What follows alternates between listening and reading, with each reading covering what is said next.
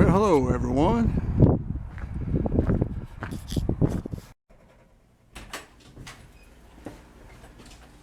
And welcome to my frostbitten shop.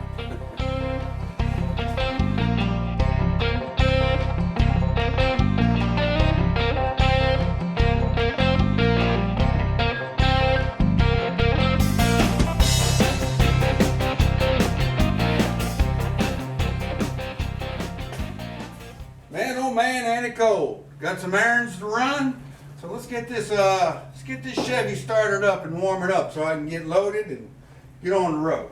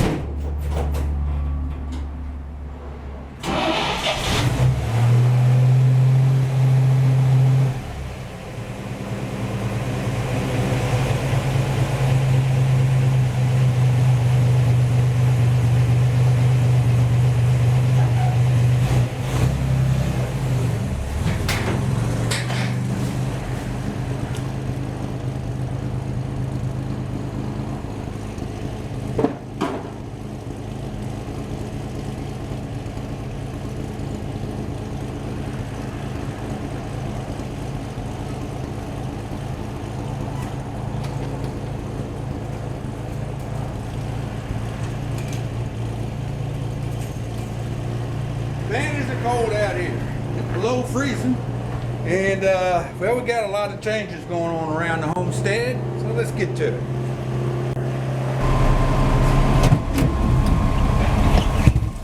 Whew! A hawk been nipping out there. Well, how's it going, everybody? Can turn that heat down a little bit now. It's good and warm in here. Alright, we'll probably have to get some gas before we're said and done. I don't know how long my camera's going to stay there and whether or not it's going to vibrate too much. Looks like it's vibrating. So we'll see.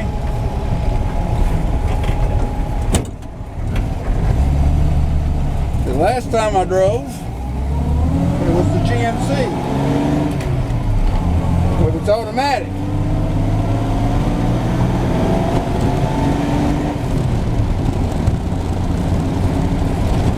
Almost feels natural to have that third pedal down there.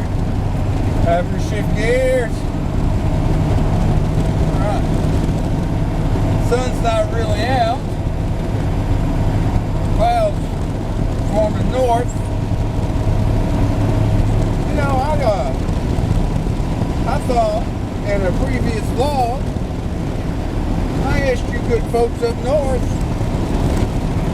keep this cold and this white stuff. Keep that up there. I mean, we don't have any snowmobiles. We don't have any Arctic cats. We don't have any track fun vehicles down here. We can't have fun in it. But the only fun I can have is to get on a tractor and go out in it.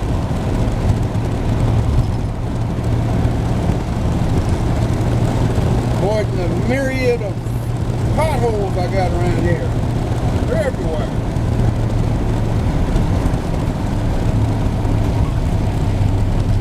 You know, that we're being incessantly reminded of climate change. Now, a couple of years ago, they were calling it global warming. And, well, we've been setting, well, we haven't set our maximum cold record yet, but we've been setting some records for cold. We've had more snow this winter than we've had in like the 3 or 4 winters combined. So it's a hard sell to tell us global warming. So what they're telling us is climate change. And, you know, the climate does change. and it changes naturally.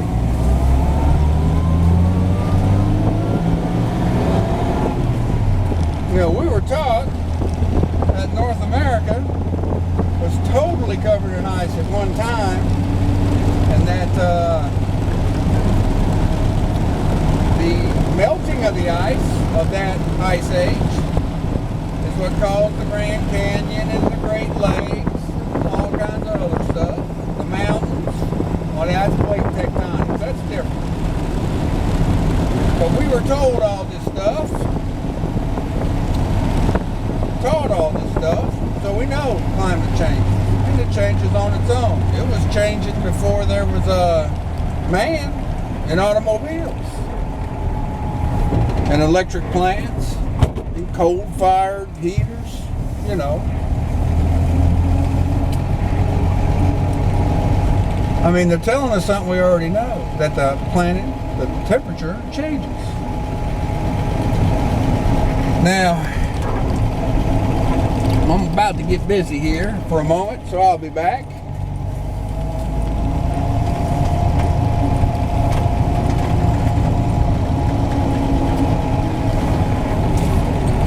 Or I can just leave you running.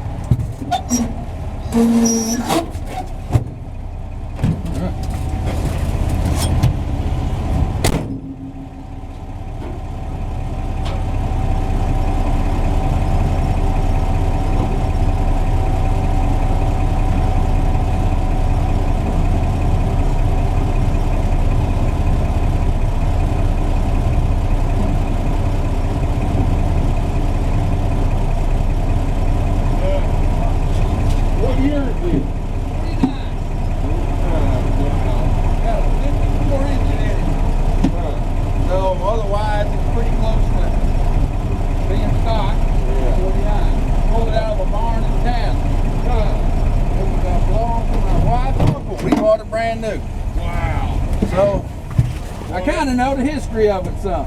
Yeah, that truck right there seen a lot of changes. It was a farm truck. Yeah, have a good one. You too, buddy.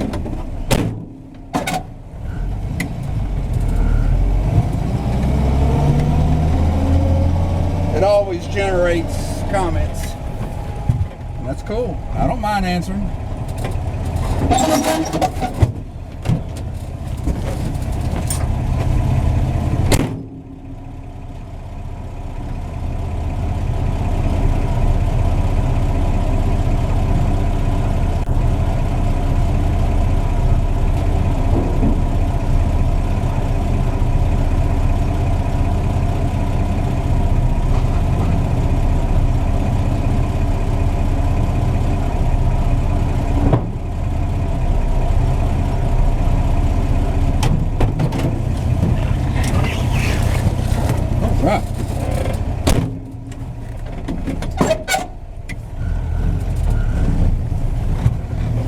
Get that cross brace. I need to figure out a way to get from the firewall to the driver's side fender, left fender, because there's some rattling from the fender.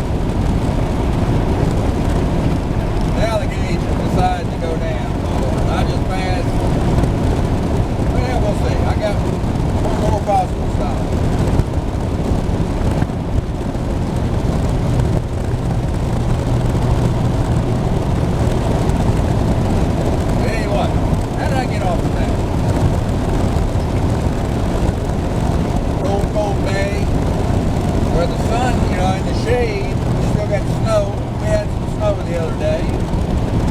Came down at night. Made for getting to work kind of fun. For those that have to get to work now. Ooh, look at all this ice here on the road.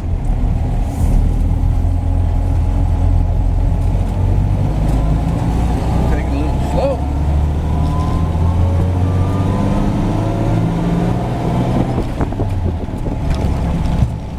It may be. Some of my cruising may be pretty bad. Here's some impressive shots. Let me see if I can get there we go. That's House Mountain. You see the snow still lingering up there. Now, I'm trying to get back in my PT habit so I can get back to hiking that. I was hiking that pretty regular.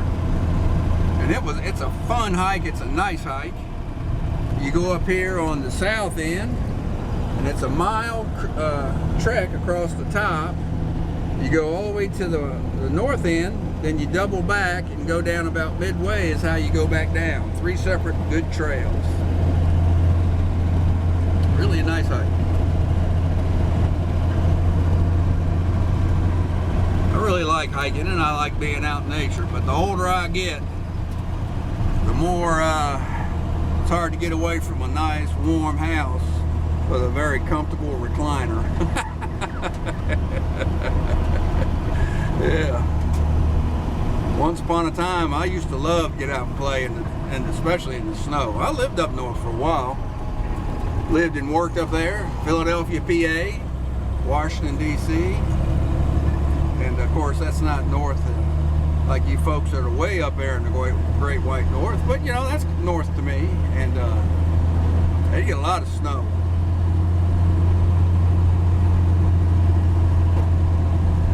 Have fun in that stuff.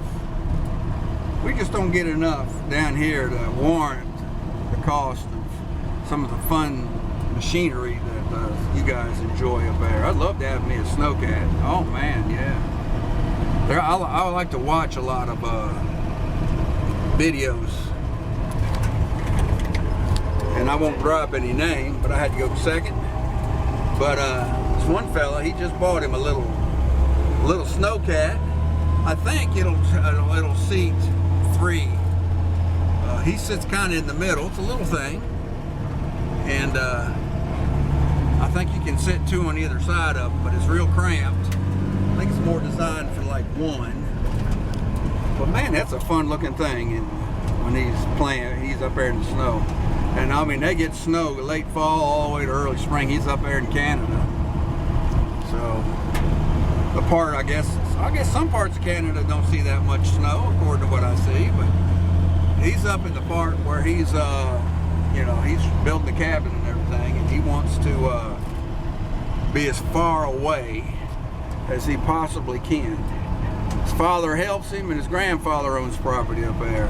From what all I've told you, I bet some of y'all know who I'm talking about. Young fella. Anyway. I did all this show prep this morning, and it's...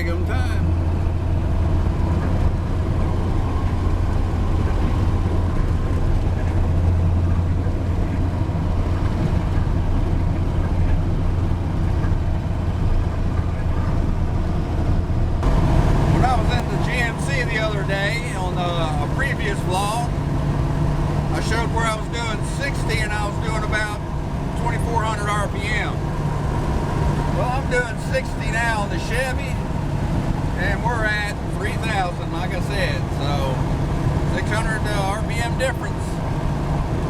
and the gearing in the rear. Right. You know, since I've been retired, I've gotten to see a whole lot of good, a whole lot of stuff I've never gotten really to see other than in, you know, specials on TV. Like the Undersea World, Japanese Stove, Mutual of Omaha's Wild Kingdom, you know. Stuff like that. Well, I'm getting to see it up close and personal now. And, you know, according to the analytics on YouTube, I pretty much know that the age of the majority of viewers of my channel, this channel, are my age, 65 and older. So most of y'all should be retired. If you're not, you're waiting till 67 to get that big check. Well, I did it at 62 when I could. But anyway, you know, it's like I get to watch the wildlife in my backyard now, you know, which I really never spent a whole lot of time observing unless they became a problem. And, you know, I've got a couple resident Cooper hawks that live in my place. And they've, matter of fact, their offspring are now adolescents and they're training them to hunt. And they may have run them off by now. But one thing I noticed, which I thought was kind of strange, is that they, when they're just floating around up in the air, they're squawking.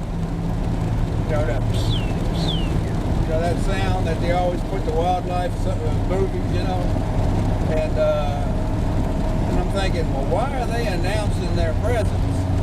You know, seems like they could. You know, if they were just cruising along silently, they could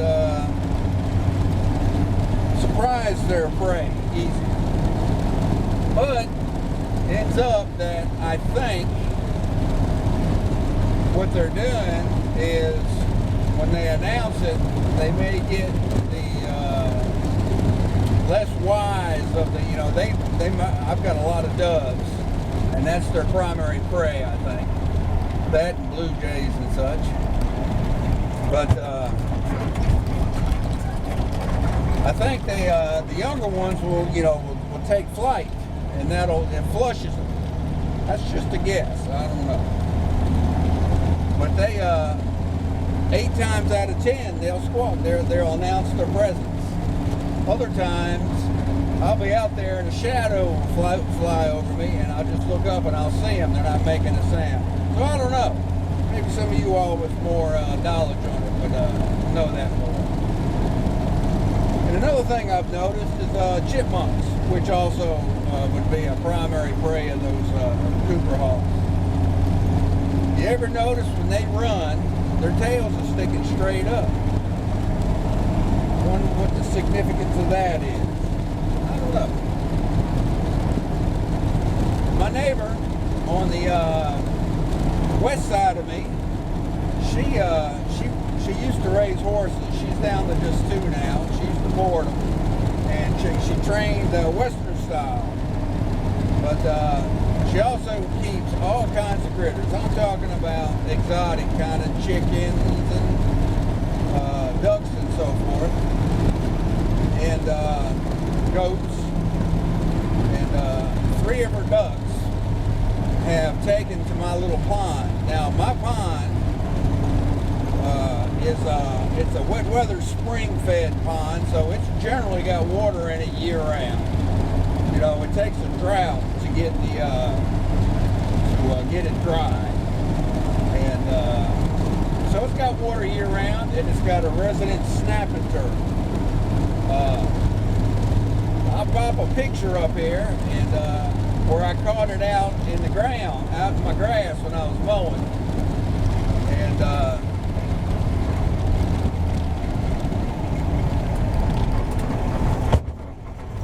I've actually caught him climbing a fence, snapper.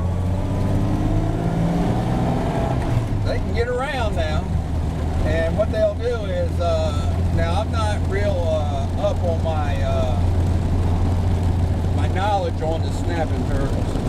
But from what I understand, like the pond, the size of my pond will only support one, and they'll defend it, other than from unless they're mating. And when it dries, they'll take off to go find a pond that's got water in it. And there's several bigger ponds within a quarter mile from me. So they'll get out, and I guess they can smell water. I mean, I don't know how they know which way to go for water, but they know. Well, my pond, when it's dry during the summer months, during the drought, it'll of course he'll go find, or she will go find another pond. Well, I caught him coming back one time, and I took a video and some still pictures of it, and it's pretty mean. It's pretty good size, dude. And but anyway, my neighbor's got 3 ducks that's now taking up residence this winter in my little pond. Now, from my limited knowledge on snappers, I understand that they can bury themselves in mud and hibernate, sort of like a bear. So he's hibernating. Now, I don't know if these ducks know this, or they've just discovered the pond and now they've pretty much moved into it. I told my neighbor I didn't care, they can stay there as long as they want. I said, I believe the snapper's hibernating, so I don't see a problem. And surely they'd have enough sense to get away if it's not. But anyway, long story short, come spring, I'll be watching that situation. May prove to be very interesting. We talk about electricity, or talking about electricity.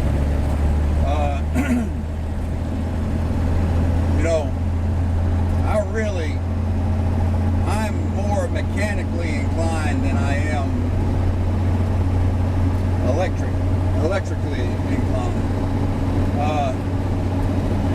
Military, due to that occupational test you take, I can't remember what you call it now, too many years, but determined I was a mechanic, and trained me pretty good.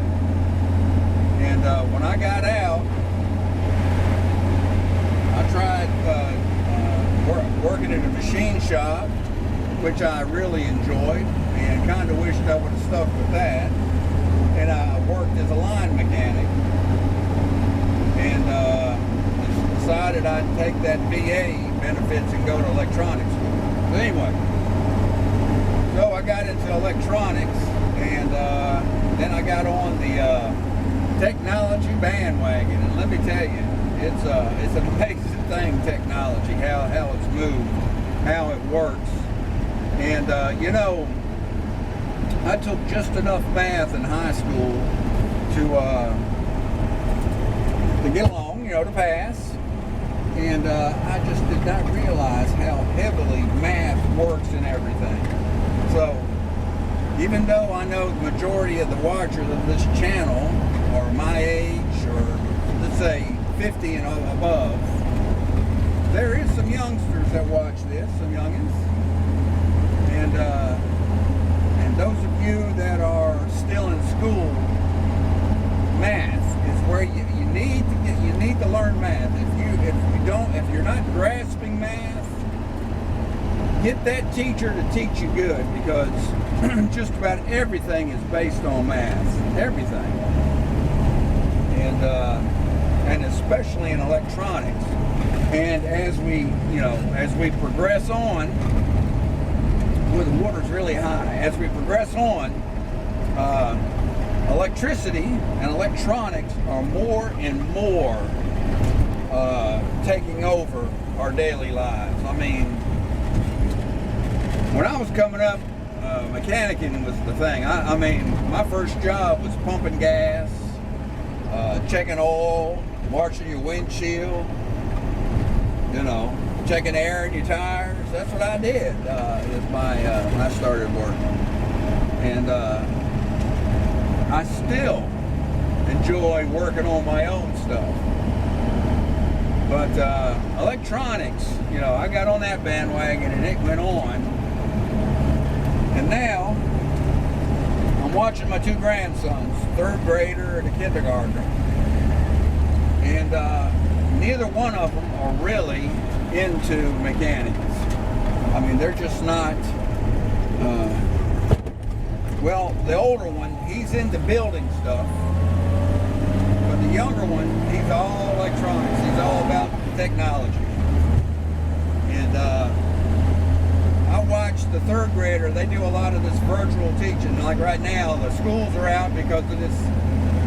We're thinking not so much the pandemic. They've done that too, but it's because of this ice storm they think we're going to get. And so he comes in with an iPad.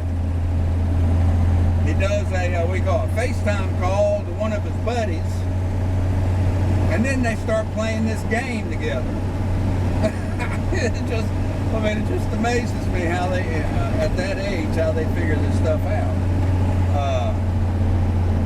Man, I'm just, you know, he comes to me to make sure he gets my code to get on, you know, to get on my Wi-Fi, and maybe we won't let him download any apps without permission.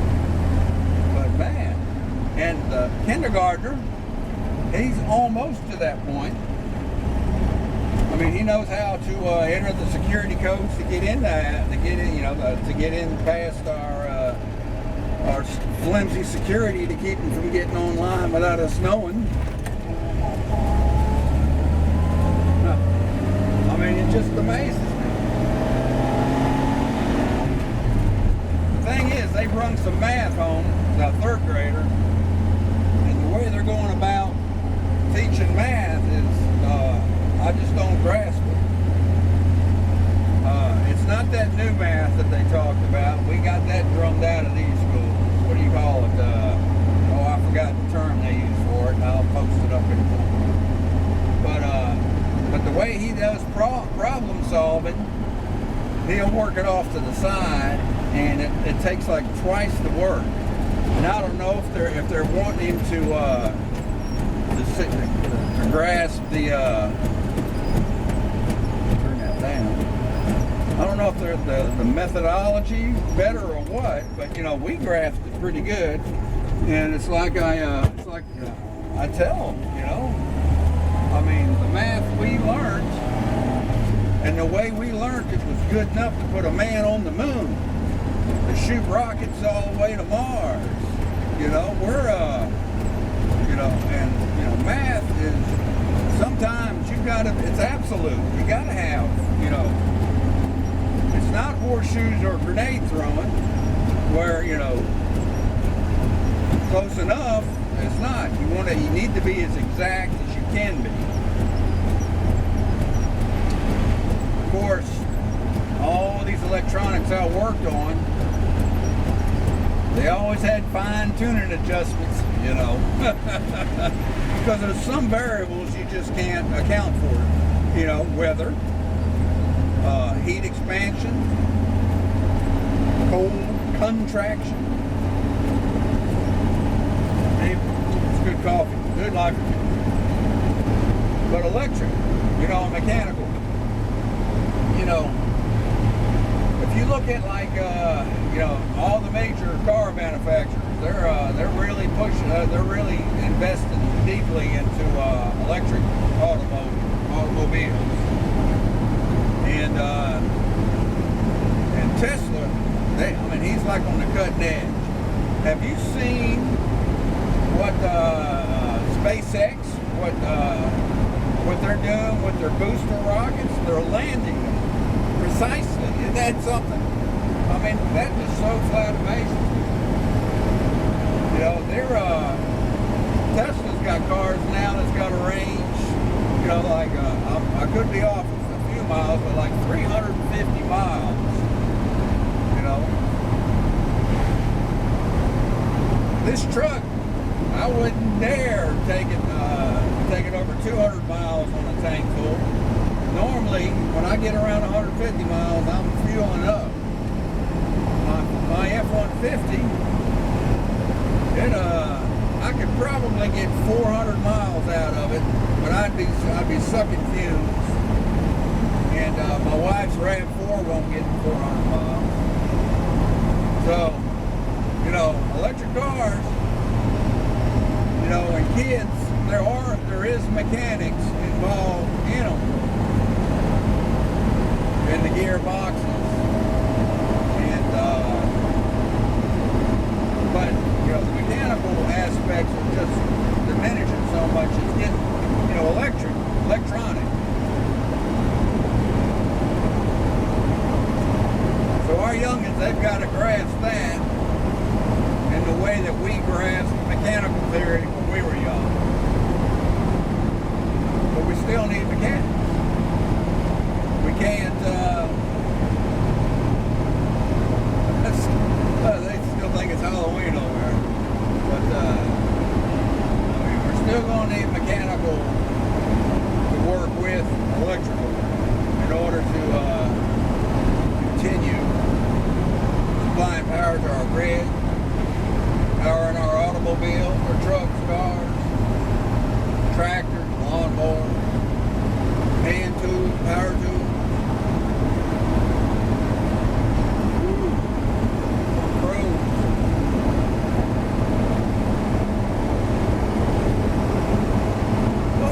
Things to ponder.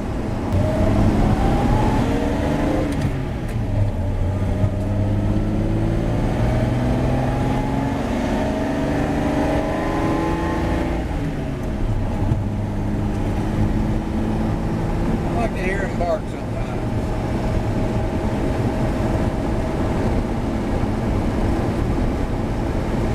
Well, I don't know, boys and girls.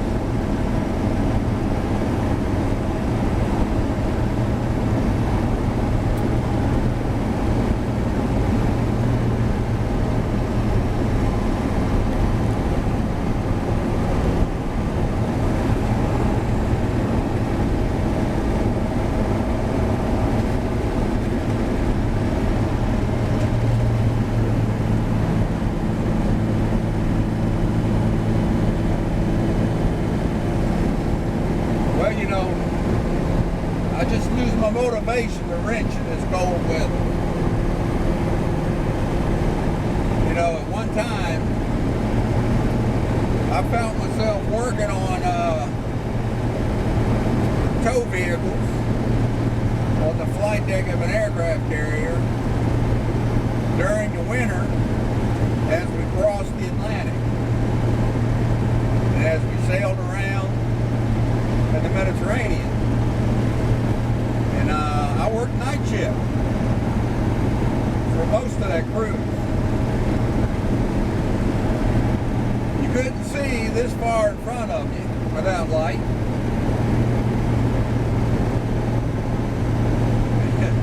And it was so cold, and you know, the design of an aircraft carrier is designed to get as much wind blown across it, unobstructed wind, as possible.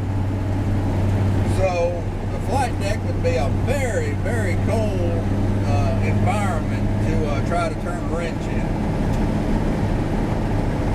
But what was I? I was 21? Yeah, I was 21. I was on my way, I got out when I was 22. So that was my last, turned 22 when I got out. So I was 21. And, you know, we'd have to work so long and, you know, take the wrenches with you and go back in the warm spot,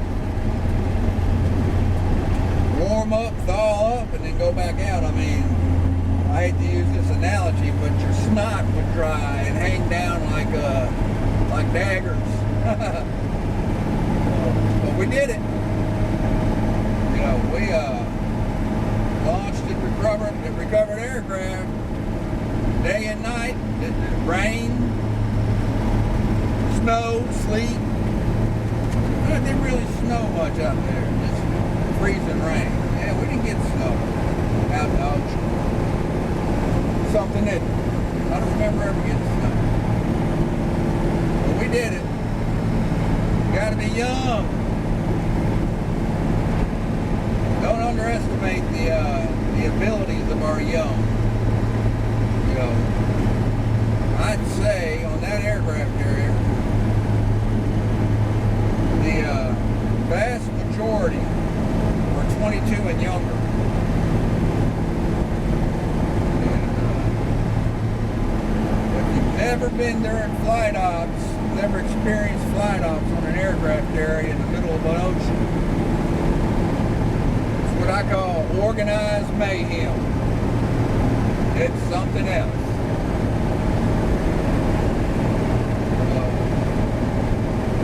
What point was I trying to make?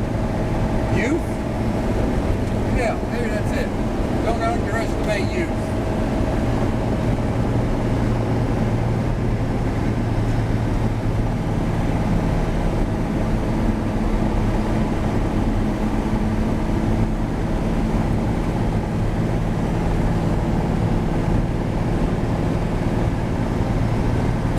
Good life.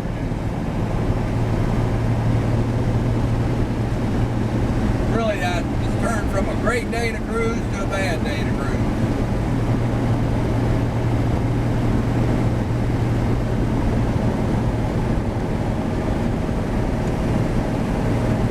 It's all right.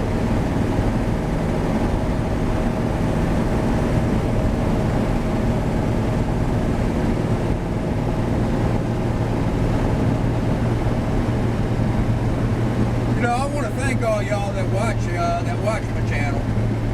Really appreciate it. I enjoy making these videos. I could do a lot more, but I don't think a lot of the subjects y'all find interesting. You know, I've got some previous videos where you can see where I'm actually not wrenching, because I don't want to, like I say, a warm house and a comfortable recliner is hard to get away from. A warm cab. And everything's working good, so I'm more in a maintaining frame of mind now than I am in a modification or continuing the work. I know I've got more work to do. When the weather starts breaking more, the more I drive this, the more I find problems. The steering gearbox, the bushings wore out in it, and that's where my additional play is coming from. So that's coming up, and I don't know if I'm going to try to rebuild it or if I'm going to replace it. Well, I'll just have to see. Because not so much my abilities, but the tools that I have is limited. And, I don't have a press, and I don't have the size reamers that would be necessary once you press the bearing. When you press in brass bearings, they're going to contract. The inside diameter is going to get smaller, and you got to ream it. I don't have the reamers. I don't have a press, and I'd love to have them. Don't get me wrong, but I don't have them. And, well, I don't foresee buying it here in the future unless I hit the lottery. or I've got some rich relative that just passed away and left me something, and I doubt that's going to do. I come from a long line of blue collar people. Although the generation after me is college educated.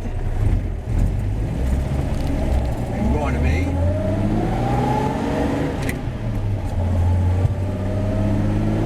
Anyway, where was I going?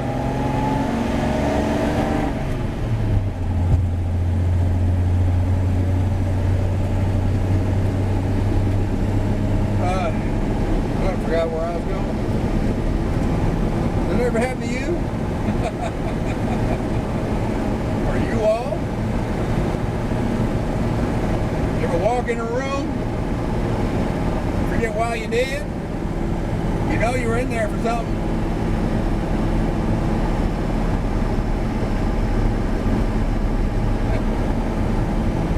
Oh yeah.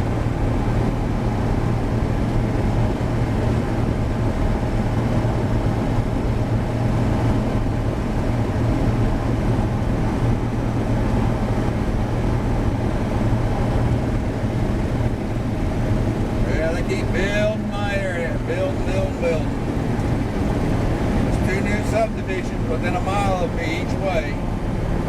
This one over here, they're going to start building on it too. That's another one. They're going to widen this to 4 lanes. They've had them out here surveying. Said it could take up to 9-10 years. I don't know. I said far enough back to where that's fine. You know, progress is progress.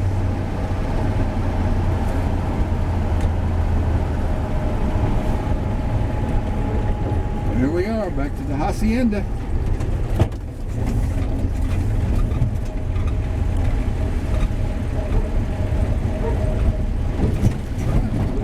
Thanks for riding along with me.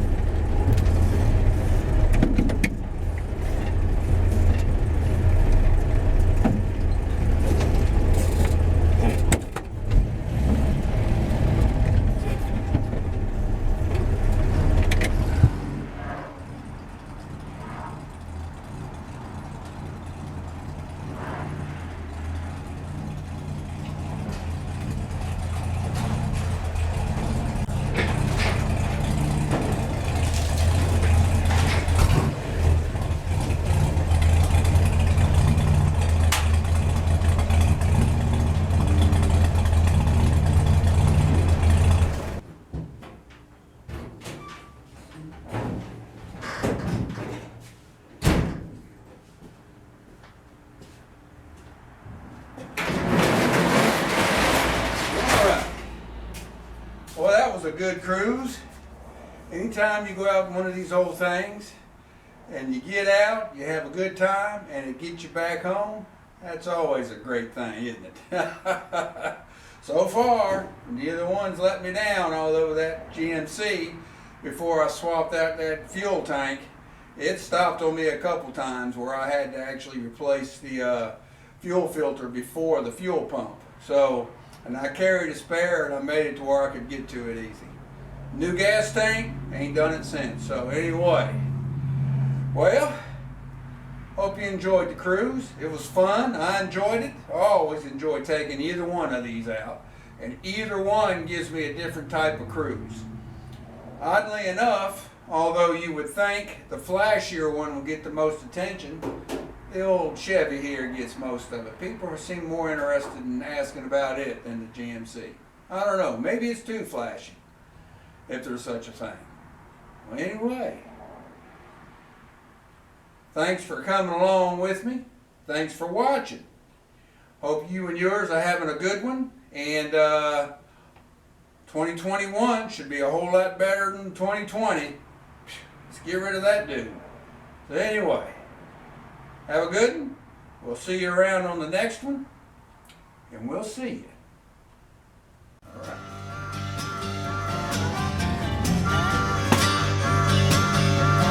Them boys are going to be good. We'll smoke for about 4 or 5 hours. Yeah.